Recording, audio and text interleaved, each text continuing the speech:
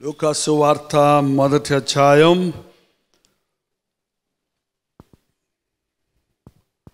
38వ వచనాన్ని చదువుదాం.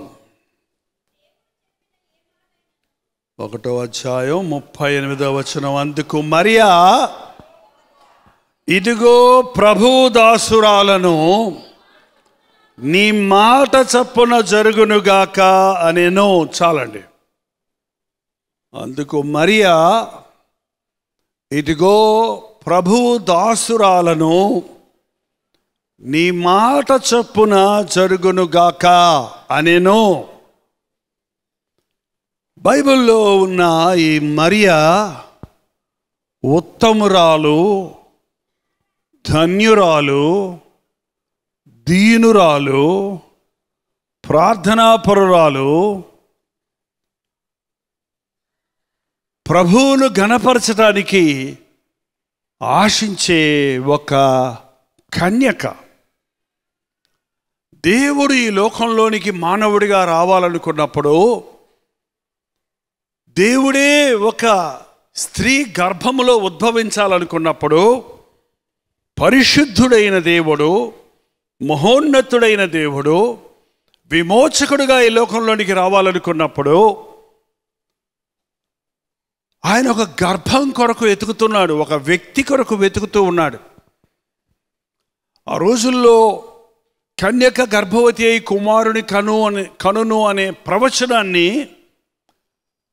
ప్రతి కన్యక ఎదురు చూచేవారట. నా కడుపులో యేసయ్య జన్మిస్తే బాగుండే, నా ద్వారా యేసయ్య ఈ లోకంలోనికి వస్తే బాగుండే అని ఎంతోమంది స్త్రీలు ఎదురు చూచేవారు. ఆ ప్రవచనం ప్రవచించక ముందు, నీ జనాన్ని నేను ఆకాశ నక్షత్రాలంతా చేస్తాను అంటే అబ్రహాము శారాలనుకున్నారు వారి గర్భములో మెస్సయ్య ఉద్భవిస్తాడేమోనని. మనోహ దంపతులు ఫిలిష్తీయుల చేతుల్లో నుండి ఇశ్రాయేలుని రక్షించే రక్షకుడు పుడతాడు అన్నప్పుడు ఆయన యేసు ప్రభు, ఆ రక్షకుడు మా గర్భంలో ఉద్భవిస్తాడేమో అనుకున్నారు. కానీ అబ్రహాము శారాలకు పుట్టింది ఇసాకు, మనోహ దంపతులకు పుట్టింది సాంసోను.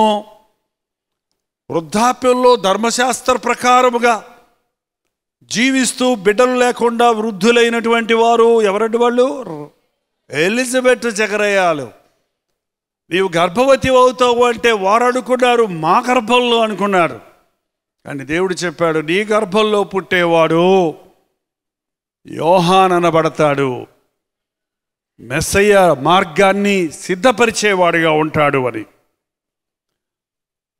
ఈ కన్య అయిన మరియా దేవుని దృష్టిలో పడిందండి. ఆనాటి నుండి ఈనాటి వరకు యథార్థవంతుల్ని కనుగొనుటకు యెహోవా కనుదృష్టి లోకమందంతటా సంచారం చేస్తుందట. It's like a searching satellite. ఒక సర్చింగ్ చేసేటువంటి ఒక ఫోకస్ లైట్ ఇలా వెతుకుతూ ఉన్నట్టుగా లోకమంతటిలో ఉన్న వ్యక్తులని వెతుకుతున్నాడంటే ఎవరు కావాలంటే వారికి యథార్థవంతులు కావాలి. యథార్థంగా ఉండటం అంటే పాపం లేకుండా, తప్పు లేకుండా ఉండటం అని అర్థం కాదు. నీతిమంతుడిగా ఉండటం అని అర్థం కాదు. ఏ భేదము లేదు, అందరూ పాపము చేసి దేవుడి మహిమను పోగొట్టుకున్నాడు. నీతిమంతుడు ఒక్కడు కూడా. మరి ఎవరి కోసం వెతుకుతున్నాడు ఆయన? యథార్థ పరులు అంటే ఉన్నది ఉన్నట్టుగా ఉండేవారు. చూడండి, మనలో చాలామందికి తెలియకుండానే బెస్ట్ యాక్టర్స్ అవార్డ్స్ ఇవ్వాలంటే ఆ మూవీ స్టార్స్ని పిలిచిస్తున్నారు కానండి, మనలో న్యాచురల్ నటన ఉంది. చాలామంది జీవితాలలో వారు మాట్లాడేదానికి, వారు ఆలోచించేదానికి, వారు బ్రతికే బ్రతుకు పొత్తు ఉండదు. ఏదో ఒక రోజు వారు అసలు సంగతి బయటపెడితే మంచోడు అనుకున్నామే, ఇట్లా చేశాడా, ఈమె చాలా మంచిది అనుకున్నామే, ఇలా అయిందేంటి అని ఆశ్చర్యపడతారు. చూసారా? అంటే అంతవరకు వారు మంచిగా నటిస్తూ ఉన్నారన్నమాట. నటనా జీవితం దేవునికి ఇష్టం లేదండి. పాస్టర్ గారు చూస్తుంటే కొంతమంది కళ్ళు మూసుకుంటారు. చూడకపోతే కళ్ళు తెరుస్తారు ప్రార్థన టైంలో. చూడండి, మీరే మామూలుగా గమనించండి. మీ స్వభావాన్ని ఒకసారి చెక్ చేసుకోండి. ఎవరు చూడకపోతే ఇట్ అంటారు, ఎవరు చూస్తారు అనుకో. బైబిల్ చదవకపోయినా చదివినట్టు. మన పిల్లలు చూడండి, చదువుకోండి రా అని చెప్పి మీరు బయటికి రండి, వాళ్ళు ఏం చేస్తారో చూడండి. మీరు తొంగి చూడండి, మళ్ళీ ఏం చేస్తారు, మిమ్మల్ని చూడగానే ఏం చేస్తారో చూడండి. గబక్కన పుస్తకం తిరగే చదువుతారు గబక్కన. ఇది మానవుడి స్వభావంలో మనుషుల్ని మెప్పించాలి, మనుషుల ముందు సరిగా ఉండాలి అని ద్విమనస్సు, రెండు రకాల జీవితాలకు మనం బానిసలమైపోయాం. అలాంటి వాళ్ళు దేవుడికి పనికిరాండి. వేషధారులు దేవునికి పనికిరారు, గర్విష్ఠులు దేవునికి పనికిరారు. ఆ రోజు మరియ గర్భాన్ని కోరుకున్నాడు, కానీ ఈరోజు నీ హృదయాన్ని కోరుకుంటున్నాడు ఆయన. ఇప్పుడు కూడా దేవుడికి మనుషులు కావాలి. ఆ యేసయ్య సువార్తను లోకానికి అందించడానికి, ఆయన ప్రేమను లోకానికి పంచివ్వటానికి, ఆయన పరిశుద్ధతను లోకానికి చూపించటానికి, ఆయన ఆశీర్వాదాలు లోకానికి పంచటానికి ఎవరు దొరుకుతారా అని వెతుకుతూనే ఉన్నాడు. ఆయన ధననిధి తరగనటువంటిది. ఆయన అద్భుతమైన శక్తి ప్రభావాలు నీకు నాకు ఎవరు యథార్థంగా ఉంటారో వారికి ఇవ్వాలని ఆశపడుతూ ఉన్నాడు. యెహోవా దృష్టిలో యథార్థవంతులుగా కనబడాలనే ఆశ నీకుందా? మరియను కనుగొన్నాడు ఆయన. మరియ యథార్థపరురాలు, మరియ దీనురాలు, మరియు పరిశుద్ధురాలు, మరియ విధేయురాలు. మరొకటండి, దేవుడికి అవిధేయులు అక్కర్లేదు, విధేయులు కావాలి. దేవుడు మనకి కొన్ని పనులు చెప్పడు. ఎందుకంటే మనం చెయ్యమని ఆయనకి ముందే తెలుసు. చేస్తామని చెప్పినా కూడా చెయ్యమన్న సంగతి ఆయనకి తెలుసు. కాబట్టి మనకు అసలు చెప్పడం. నువ్వు నిజంగా నీ అంతరంగంలో దేవుడి చిత్తం చేయడానికి సిద్ధపడితే తన అద్భుతమైన ప్రణాళికలను దేవుడు మనకు బయలుపరుస్తాడు. మరియా బెతల్హేము అనే ఒక చిన్న గ్రామానికి చెందిన, నజరేతు అనే చిన్న గ్రామానికి చెందిన వ్యక్తి. ఆ రోజుల్లో మరియ నివసించిన సమయంలో ఆ నజరేతు కేవలం 700 గృహాలున్న చిన్న ఊరు. ఇప్పుడు పెద్ద పట్టణమైంది, చాలా చక్కగా ఉంటుంది ఇప్పుడు నజరేతు. కానీ ఆ రోజుల్లో ఒక పల్లెటూరు. ఆ పల్లెటూరులో ఒక సామాన్యమైన కుటుంబం, ఒక రాజుగారి కుమార్తె కాదు, ఒక పెద్ద యాజకుడు కుమార్తె కాదు, ఒక సామాన్యమైన కుటుంబం. ఒక చిన్న గృహం ఆమెకున్నది. ఇప్పటికీ ఉంది ఆ గృహం. మీరు వెళ్ళి చూస్తే నజరేతులో పడిపోవడానికి రెడీగా ఉంది. అందుకని వాళ్ళు లోపలికి వెళ్ళివ్వటం లేదు, ముందు లోపలికి వెళ్ళి ఇచ్చేవారు. చిన్న గృహం, ఒక చిన్న గదిలాగా ఉంది. అక్కడే గాబ్రియేలు దూత మరియను కనుగొంది. మనకి గాబ్రియేలు దూతలు, పరలోకపు దూతలు కళల్లోకి వస్తారా, లేకపోతే దెయ్యాలు రాక్షసులు కళల్లోకి వస్తున్నాయా? చాలామంది కళ్ళు మూసుకుంటే భయం వేస్తుంది అంటారు, చాలామంది పీడకళలు వస్తున్నాయి అంటారు కొంతమంది. ఏంటంటే రాత్రి దెయ్యం వచ్చింది అంటున్నారు కొంతమంది. ఎందుకు? దెయ్యాన్ని గురించి ఆలోచించేవాళ్ళు, దెయ్యాల చుట్టూనే తిరిగేవారు, లోకం గురించి ఆలోచించేవారు. చీరల కొట్లమ్మటే తిరిగిన వాళ్ళకి రాత్రి చీర దర్శనం కాకపోతే ఏ దర్శనం వస్తుంది చెప్పండి? బంగారపు కొట్లమ్మటి తిరిగే వాళ్ళకి బంగారు దర్శనమే కాక వేరే ఏ దర్శనం వస్తుంది చెప్పండి? రోజంతా తిట్టుకునేవాడి కల్లో కూడా తిట్టుకుంటూనే ఉంటావు నువ్వు. రోజంతా ఏడ్చేవాళ్ళు కల్లో కూడా ఎక్కెక్కి ఏడ్చే కళ్ళే వస్తాయి. ఎందుకంటే విస్తారమైన పనుల వలన స్వప్నము పుట్టును. నువ్వు దేవుని వాక్యాన్ని ధ్యానించే వ్యక్తివైతే, దేవుని సన్నిధిలో గడిపించే వ్యక్తివైతే, దేవునితో సహవాసం చేసే వ్యక్తివైతే, దేవుని చిత్తాన్ని గురించి, దేవుని ఉద్దేశాల గురించి ఆలోచించే వ్యక్తివైతే దేవుని దర్శనాలు నీకు వస్తాయి. యోసేపు 17 సంవత్సరాలు యవ్వనస్తున్నప్పుడు 10 మంది అన్నలు పాపం చేస్తుంటే వాళ్ళతో పాపం చేయలే, పనికిమాలిన పనులు చేయలేదు. వారి తప్పుల గురించి తండ్రికి తీసుకొచ్చి చెప్పాడే కానీ వాళ్ళతో ఏకీభవించలేదు. చిన్నప్పటి నుంచి దైవభయం కలిగిన వాడిగా యోసేపు పెరిగాడు. కాబట్టి అతను నిద్రపోతే దేవుని దర్శనాలు వచ్చాయి. దేవుడు యోసేపు కొరకు, వారి కుటుంబం కొరకు కలిగి ఉన్న ప్రణాళికలన్నిటినీ యోసేపుకు తెలియజేశాడు. మనం దేనిని ధ్యానిస్తామో అదే మన కళల్లో, మన దర్శనాల్లో, మన మనస్సులో మెదులుతుంది. అందుకే దేవుని వాక్యాలు ధ్యానించండి, దేవుని సంగతులను ధ్యానించండి, దేవుని విషయాల గురించి ఆలోచించండి, వాక్యాన్ని చదివి ధ్యానించి నిద్రపోండి, దేవుని చిత్తాన్ని మీరు ఎరుగుతారు. ఇక్కడ గాబ్రియేలు అంటే పరలోకము నుండి ఒక దూత నేరుగా బెత్లెహేమ్ అనే ఒక చిన్న ఊరిలో ఉన్న చిన్న గృహములో ఉన్న ఒక సామాన్యురాలైన ఒక యవనస్తురాలు ఒక కన్యకైన మరియ దగ్గరికి ఆమె వచ్చాడంటే అప్పుడు మరియ ఏం చేస్తుంటుంది అంటారు? టీవీ చూస్తూ ఉంటే దేవుడు దూతలు వస్తారా? టీవీ చూస్తూ కూర్చున్న వాళ్ళకి దేవదర్శనాలు వస్తాయా? చెప్పండి. ఆమె ప్రార్థన చేస్తూ ఉంది. మీకు తెలుసో తెలియదో మరియ చాలా గొప్ప ప్రార్థనా పూర్వాలు. ఎలా తెలుసు అంటారా? బైబిల్ చదివితే తెలుస్తుంది. ముందు చదువుదాం. ఆమె ప్రార్థనలో ఉన్నప్పుడు దేవుని దూత వచ్చి, దయాప్రాప్తురాలా, నీకు శుభము, నీవు గర్భవతివై కుమారుని కంటావు అని ఆ దూత చెప్పిన మాటకి ఒక్కసారి హడిలిపోయింది కన్యక. ఏమి అర్థం కాలేదు. నాకు ఎంగేజ్మెంట్ అయింది, ప్రధానం జరిగింది, కానీ వివాహం జరగలేదు. ఇవాళ ప్రధానాలు అంటారు, ప్రధానానికే పెళ్లి కొడుకు వచ్చేస్తాడు, అప్పుడే ఉంగరాలు వేసేసుకుంటారు, దండలు మార్చేసుకుంటారు, ఫోటోలు తీసేసుకుంటారు. కానీ ఆ కాలంలో అలా కాదు. ప్రధానమైన తరువాత 1 సంవత్సరం పాటు అబ్బాయి వాళ్ళింటి దగ్గర, అమ్మాయి వీళ్ళింటి దగ్గర ఉండాలి. మధ్యలో సంవత్సరం అంతా వారు కలుసుకోకూడదు, ఫోనులు లేవు, మాట్లాడుకోకూడదు.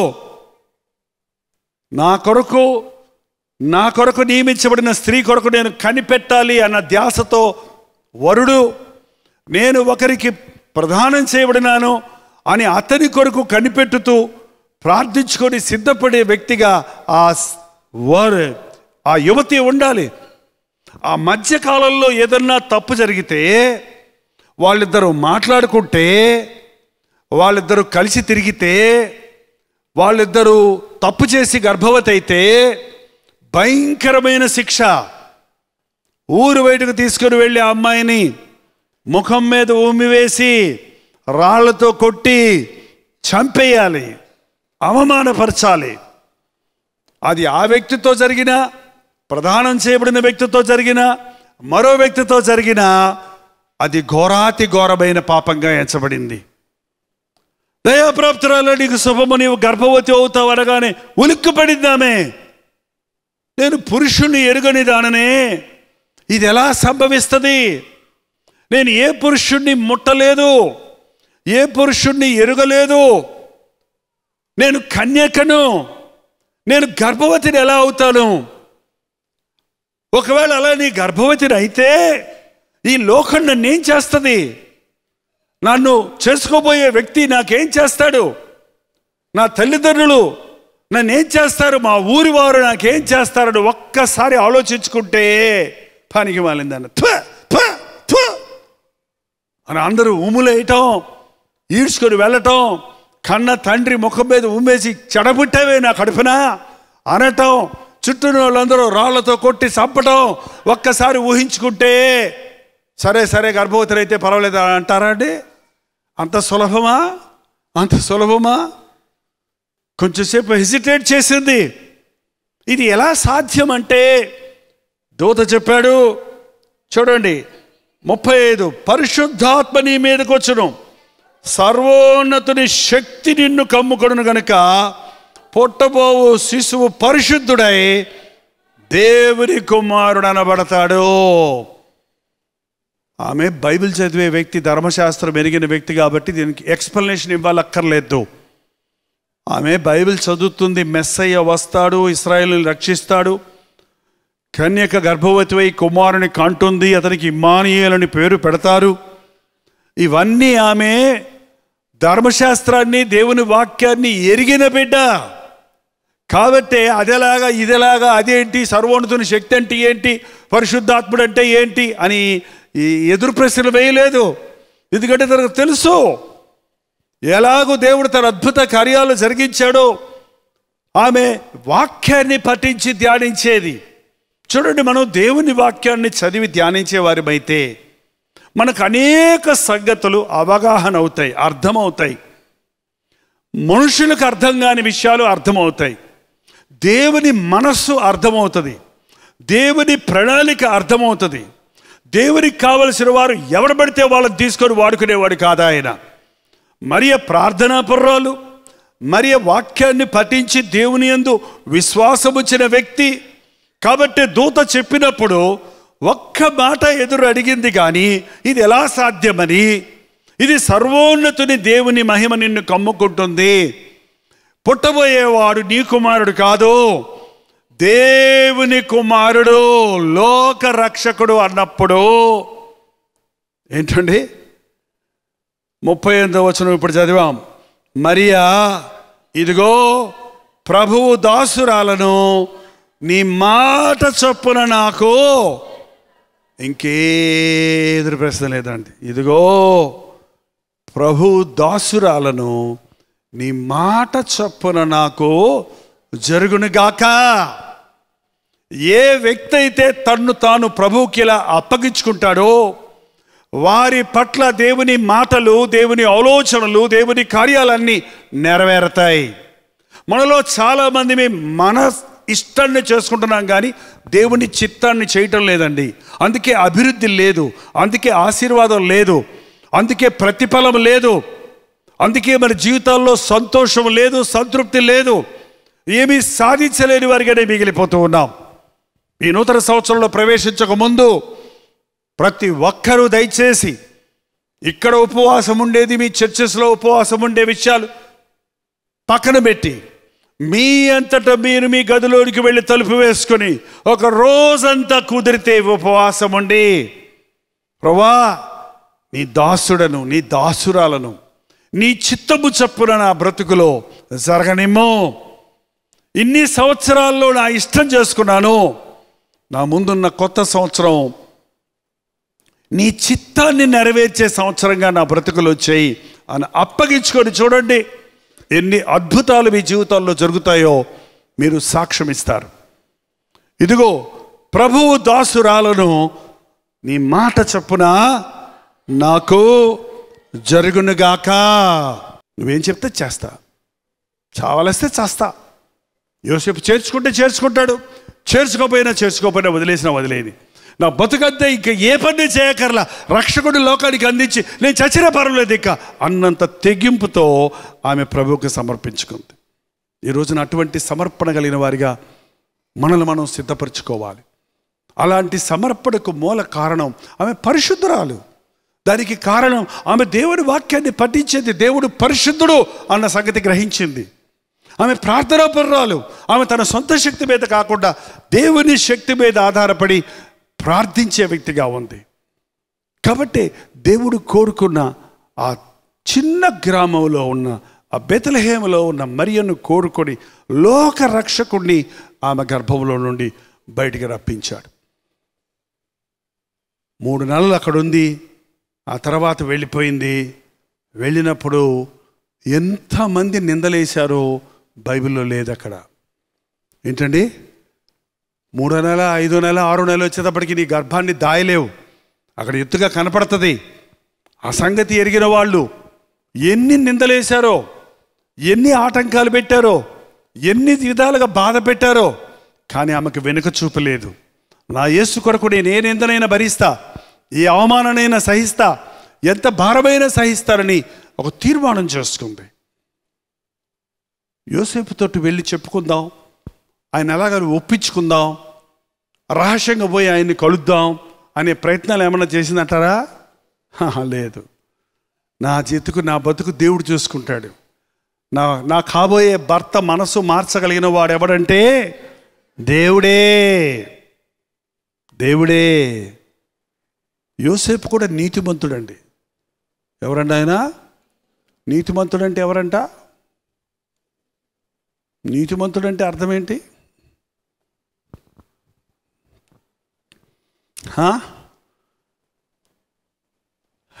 నీతిమంతుడు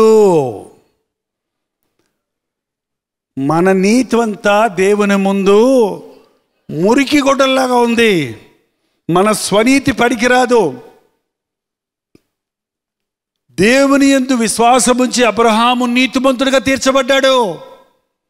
దేవుని యందు విశ్వాసముంచిన వాడు, దైవ భయము కలిగిన వాడు, ప్రార్థన చేసేవాడు. యోసేపు కూడా.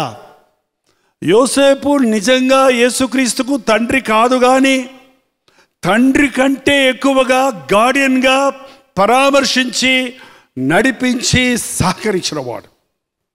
అలాంటి మనసు కలిగిన పురుషులు ఈ రోజున భార్య బాధను అర్థం చేసుకునే పురుషులు లేరండి. భార్య నిందించబడితే ఆ నింద తండ్రి అన్నట్టు భరించేవాళ్ళు లేరు. భార్యను వేలుపెట్టి చూపించి తోసేసే వాళ్ళే చాలామంది ఉన్నారు. కానీ భార్యను ఒకసారి మాకిద్దరికి ఎంగేజ్మెంట్ అయింది. అసలు చెప్పాలంటే వివాహానికంటే ప్రధానం ముఖ్యమైంది. ఎందుకంటే క్రైస్తవుడి మాట అవునంటే అవును, కాదంటే ప్రధానం రోజు ఏం చేస్తారు? పెద్దలందరూ వచ్చి ఒకరికొకరు అప్పగించుకుంటారు, ఒకరికొకరు నిబంధన చేసుకుంటారు. ఆ తర్వాత పెళ్ళిళ్ళు మార్చడానికి వీల్లేదు. ప్రధానమైన తర్వాత కట్నం తక్కువ ఇస్తున్నారనో, అమ్మాయికి డిగ్రీ రాలేదనో, పాస్ అవ్వలేదనో, కాలు ఇరిగిందనో, చెయ్యి ఇరిగిందనో, మాకు వద్దని పెళ్ళిళ్ళు మార్చుకునే వాళ్ళు బోల్డ్ మంది ఉన్నారు. ఈజీగా యోసేపు చెప్పొచ్చు ఒక పక్క చెప్పి.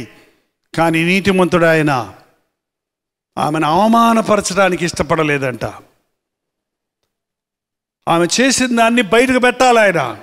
కానీ పెడితే ఆమెకి ఎంత శిక్ష వస్తుందో ఆయనకి తెలుసు. ఆయన అవమానపరచడానికి ఇష్టం లేదు. పోదులే, ఏదో చేసింది, ఏదో అయ్యింది, పెళ్లి చేసేసుకుందాం అనుకున్నాడా?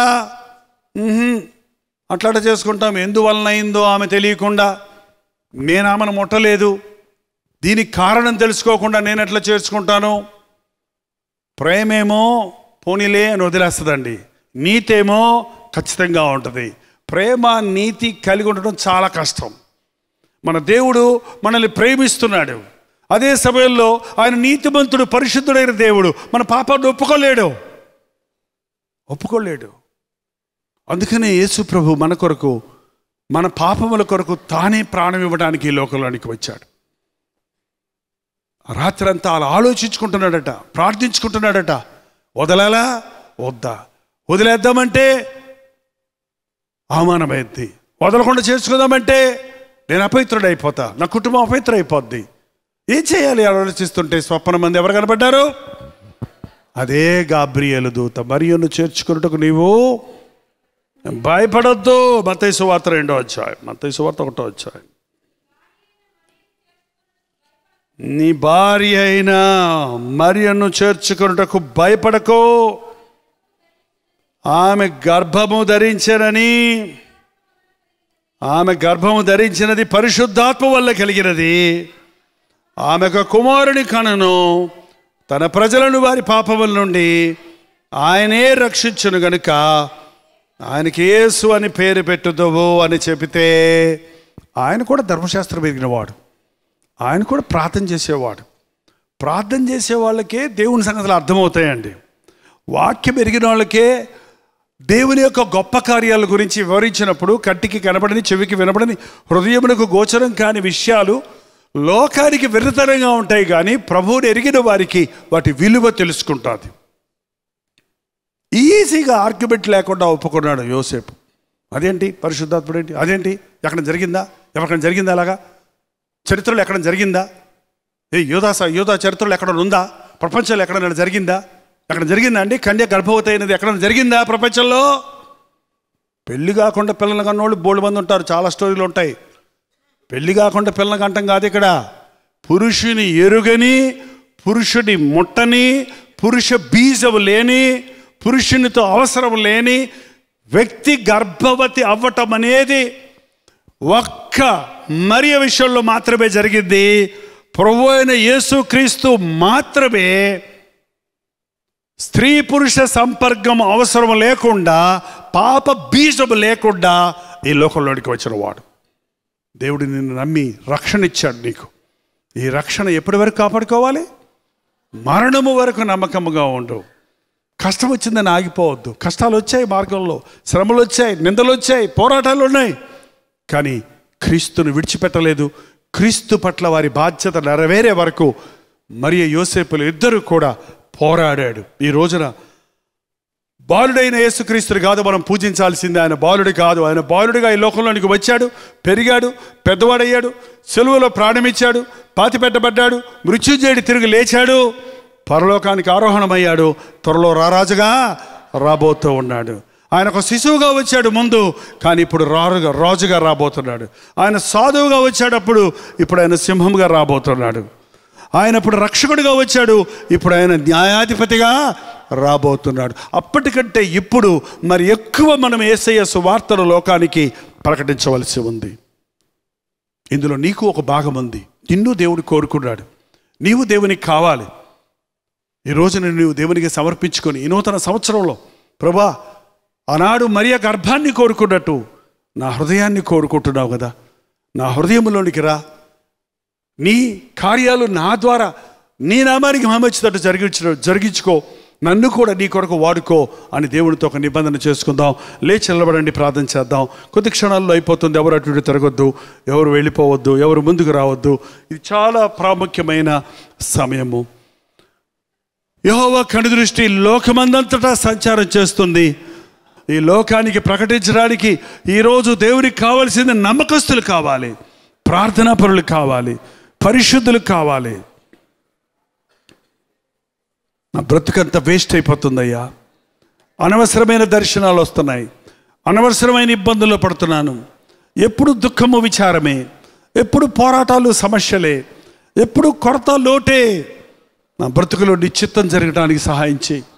నా చిత్తం చేసుకొని నష్టపోయానయ్యా, నా ఇష్టమని ఇరకపోయానయ్యా, ఎటుపోలేని పరిస్థితిలో మిగిలిపోయానయ్యా. ఈరోజు నీ చిత్తమే నా పట్ల సిద్ధించును గాక. ఈ రోజు నుండి నీవేం చెబితే నేను అది చేస్తానయ్యా. ప్రభు దాసురాలు నీ చిత్తము చప్పుడు నాకు జరుగుడు గాక. నోరు తెరిచి చెప్పండి దేవుడితోటి. రెండు చేతులు పైకెత్తి నాతో పాటు ప్రార్థనలు ఏకీభవించండి. పరిశుద్ధుడా, ప్రేమగల్ల తండ్రి, ఒక్కసారి చూడు నాయన. విజయవాడ పట్టణంలో కోట్ల మంది జనాభాలు ఉన్నారయ్యా. చుట్టుపక్కల పల్లెల్లో ఎన్నో వేలాది మంది మనుషులు ఉన్నారయ్యా. నువ్వు కోరుకున్న వారిని, ఏరుకున్న వారిని, ఆకర్షించుకున్న వారిని వారం వారం ఈ గెట్ టుగెదర్లో చేరుస్తున్నావయ్యా. నీ ప్రణాళికను మాకు తెలియజేస్తున్నావయ్యా. నీ చిత్తాన్ని మాకు ఎరుకపరుస్తున్నావయ్యా. నీ మాట ద్వారా మాతో మాట్లాడుతున్నావయ్యా. మా మనసుల్లో ప్రేరేపిస్తున్నావయ్యా. లోబడటానికి సహాయం చేయ్యా. విధేయులు అవ్వటానికి సహాయం చేయ్యా. నా చిత్తము కాదు, నీ చిత్తమే నా పట్ల జరుగునని నాయన నీకు అప్పగించుకోవడానికి సహాయం చేయి తండ్రి. మా చిత్తాలు సంకుచితమైనవయ్యా. నీ చిత్తము తరతరాలు నిలబడేది కదా. నీ ఉద్దేశాలు మా ఒక్కొక్కరి పట్ల నెరవేర్చు. మా బాధలకు మూలమైన మా అవిధేయత నుంచి మమ్మల్ని విడిపించు. మా శరీర రోగముల నుంచి మమ్మల్ని స్వస్థపరచు. మా ఆర్థిక కుటుంబ సమస్యల నుంచి మమ్మల్ని విడిపించు. నీ నీతిని, రాజ్యాన్ని వెతికితే అన్నీ ఇస్తావన్న విశ్వాసంతో సాగడానికి సహాయం చేయి. ఈ గెట్ టుగెదర్కి వచ్చిన ప్రతి ఒక్కరూ ఏ అవసరతతో వచ్చారో, ఏ అనారోగ్యంతో వచ్చారు, ఎట్టి స్థితిలో వచ్చారో నీవు ఎరుగున్నావు కనుక మేము పాటలు పాడుతుండగానే, నేను స్తుతించి ఆరాధిస్తుండగానే, నీ జీవం కలిగిన వాక్యాన్ని వింటుండగానే మా సమస్యలు తీరిపోయాయని, మా రోగాలు స్వస్థత పొందామని, మా మనసులకు ఉపశమనం దొరికిందన్న విశ్వాసంతో ఇక్కడి నుంచి వెళ్ళడానికి సహాయం చేయము. యేసు క్రీస్తు నామములో అడుగుచున్నాము తండ్రి. మన తండ్రి అయిన దేవుని యొక్క ప్రేమయు, కుమారుడైన క్రీస్తు యొక్క కృపయు, ఆదరణకర్త అయిన పరిశుద్ధాత్మ యొక్క సహవాసమును కూడి వచ్చిన మనందరికీ ఇప్పుడును సదాకాలమును తోడై ఉండును గాక. ఆమేన్, ఆమేన్, ఆమేన్.